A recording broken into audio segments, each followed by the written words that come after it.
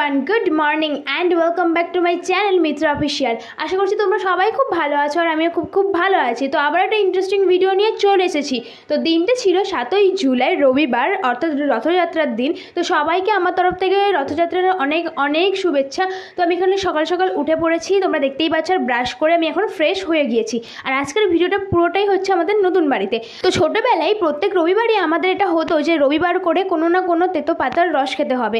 তো সেটাই এত বছর পর আলুই পাতার রস খেয়ে সিরিয়াসলি আমার খুবই বাজে একটা অভিজ্ঞতা হয়েছিল। আমার মুখটা পুরোটাই তেতো হয়ে গিয়েছিল।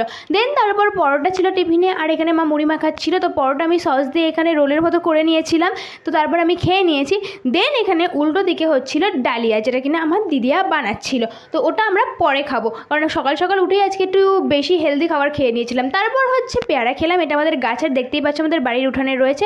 তারপর আমার অনেক কাজ ছিল, আমি ব্যাগগুলো আরও বোতলগুলো বার করেছি। আর এখানে দেখো এতগুলো জুতাও আমি বার করেছি, যেগুলো আমাকে সব পরিষ্কার করতে হবে। দেন তারপর আমি এখানে আমার রুমটাকে ভালোভাবে গুছিয়ে নিয়েছি। আর আমার অবস্থা খুবই খারাপ, কারণ প্রচুর পরিমাণে গরম ছিল। তো তারপর এখানে দেখতেই পাচ্ছ ছাদে আমি এগুলো শুকনো দিতে চলে এসেছি। আর এখানে আমার অ্যাফ্রনটাকেও শুকনো দেওয়া হচ্ছিলো, কারণ তার আগেই আমার মা কেচে দিয়েছিল। দেন তারপরে এসে আমরা ডালিয়া খেলাম। খাওয়ার পর আমরা স্নান টান করে এখন চলে এসেছি। দেন তারপর এখানে আমি এখন পূজা করব। তো আমার পূজা করাও অলমোস্ট কমপ্লিট হয়ে গেছে, তোমরা দেখতেই পাচ্ছ। তো বাইরে যেহেতু তারপরে অল্প অল্প বৃষ্টি হচ্ছিলো, মানে গুড়িয়ে গুড়িয়ে বৃষ্টি পড়ছিল, সেই জন্য আমি ঘরের ভেতরে স্ট্যান্ড ফ্যানের তলায় এসে চুলটাকে শুকনো করে নিচ্ছিলাম। তো তারপর দুপুরে খেতে বসে গেছি। এখানে দেখতেই পাচ্ছ এই ছিল আমাদের দুপুরের আজকের মেনু। তারপর ঝটপট রেডি হয়ে 3টে 10-15 নাগাদ বেরিয়ে পড়েছি। তো কোথায় যাচ্ছি না যাচ্ছি ভিডিওটা কিন্তু কন্টিনিউ দেখতে থাকো। ভিডিও যদি স্কিপ করো তোমরা কিন্তু কিছু বুঝতে পারবে না। তো রথযাত্রার দিন রাস্তায় বেরিয়েছি, তো রথ দেখতে পাবো না, এটা কি হয় কখনো?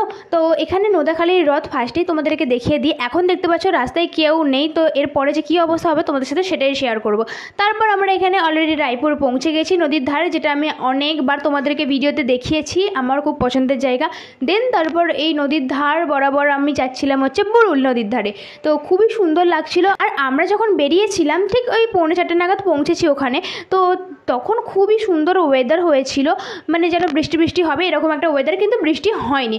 তো ফাইনালি দেখো আমরা বুড়ুল পৌঁছে গেছি। যারা রাস্তা চেনো তারা অবশ্যই চিনতে পারছো, আর বুড়ুল বাসিন্দারা যারা আমার ভিডিও দেখছো তারা তো অবশ্যই চিনবে জায়গাটাকে। তো ফাইনালি দেখো আমরা ফেরিঘাটে চলে এসেছি। তো এখানে আমি অনেক ভিডিও ক্লিক নিয়েছি, যেগুলো আমার চ্যানেলে আপলোডেড, তোমরা গিয়ে দেখে আসতে পারো। আমি ডেসক্রিপশন বক্সে লিঙ্ক দিয়ে দেবো। তুমি কোন শহরের মাইয়া গো লাগে উড়াধুরা, তুমি কোন শহরের মাইয়া গো লাগে উড়াধুরা, তোমার যে দেখলে পরে পুরা মাথা ঘুরায় গো লাগে উড়াধুরা। তো অলমোস্ট আমার ভিডিও আর ফটো তোলা কমপ্লিট হয়ে গিয়েছে। আর তারপর আমি এখানে চা আর চিপস খেয়েছিলাম। দেন তারপরে দেখো কি সুন্দর লাগছিল, বাড়ি ফেরার সময় জাস্ট ওয়াও লাগছিল। তো এখানে বুড়ুলের এখানে অনেক ছোট ছোট ছেলেরা বা মেয়েরা যাই বলো, পাড়ার সব লোকজনেরা মিলে রথ নিয়ে বেরিয়ে পড়েছিল, খুবই সুন্দর লাগছিল দেখতে। তো আমাদের বাড়িতেই ছোটো করে একটা রথ হয়, তো তার ক্লিক নিতে পারিনি কারণ আমি অনেক আগেই বেরিয়ে গিয়েছিলাম। তো যাই হোক তোমাদেরকে ভিডিওর শেষে দেখিয়ে দেবো। তো এখন ফাইনালি দেখো আমরা নোদাখালীর এখানে চলে এসেছি। আর এখানে দেখো কত আগে থেকে জ্যাম, এত পরিমাণে জ্যাম হয়েছিল। আর এই দেখো যাওয়ার সময় তোমাদেরকে দেখিয়ে গিয়েছিলাম যে রথ পুরো ফাঁকা, লোকজন ছিল না। আর এখন রাস্তার অবস্থাটা দেখো, মানে যাওয়াই যাচ্ছে না, এতটা পরিমাণে জ্যাম হয়েছিল। আর যাই বলো, যদি না জ্যামই হলো তাহলে কিসের আর রথ দেখা হলো। দেন তারপর আমরা ওখান থেকে বেরিয়ে এসেছিলাম বিদ্যানগরের দিকে। এটা অনেক আগের ভিডিও, আমি তোমাদের সাথে শেয়ার করছি, মানে ওই দিনেরই কিন্তু দিনের বেলার। তো এখানে হচ্ছে এটা হচ্ছে বিদ্যানগরের রথ। তো যখন বিদ্যানগরের রথ বেরোয় তখন হচ্ছে বৃষ্টি পড়ছিল, যেটা কিনা রায়পুর বা বুড়ুলের ওই সাইডে কোনো বৃষ্টি হয়নি, কিন্তু এই সাইডে আমতলা বলো বিবিরহাট বলো প্রচুর পরিমাণে বৃষ্টি হয়েছে। তো সেই টাইমের রথ। তো আমি যখন বিদ্যানগর পৌঁছাই তখন 8:30 বাজে, বাট তখন দেখো এতটা পরিমাণে লোকজন আর গাড়ির জ্যাম, জাস্ট বিরক্তকর, সেই জন্য আমি ওখানে নামিও নি। তো এই দেখো বিদ্যানগরের রথ তোমাদেরকে দেখিয়ে দিলাম, ওখানে দেখতেই পাচ্ছ। আর এই হচ্ছে আমাদের বাড়ির সামনের রথ, যেখানে মেলা হয় ছোট্ট করে, নতুন করে অনুষ্ঠিত হচ্ছে। আর তারপরে দেখো ফাইনালি আমি বাড়ি পৌঁছে গিয়েছি। আর আমাদের বাড়ির ছোট্ট রথটা তোমাদের সাথে শেয়ার করলাম।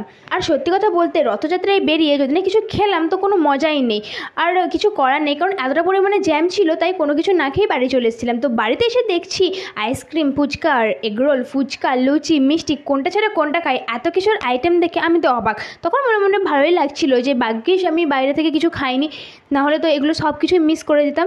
তো রাতের ডিনারে তো আমরা এই এত কিছু জিনিসপত্র খেয়েছিলাম, আর তার ক্লিকও তোমাদের সাথে শেয়ার করছি। তো আজকের ভিডিওটা এইটুকুই, দেখা হচ্ছে নেক্সট কোনো ইন্টারেস্টিং ভিডিও নিয়ে। আমার ভিডিওটা কেমন লাগলো অবশ্যই তোমরা কিন্তু কমেন্ট করে জানিও। আর আমার অবস্থাটা খুবই খারাপ, তো অল ওভার বাই।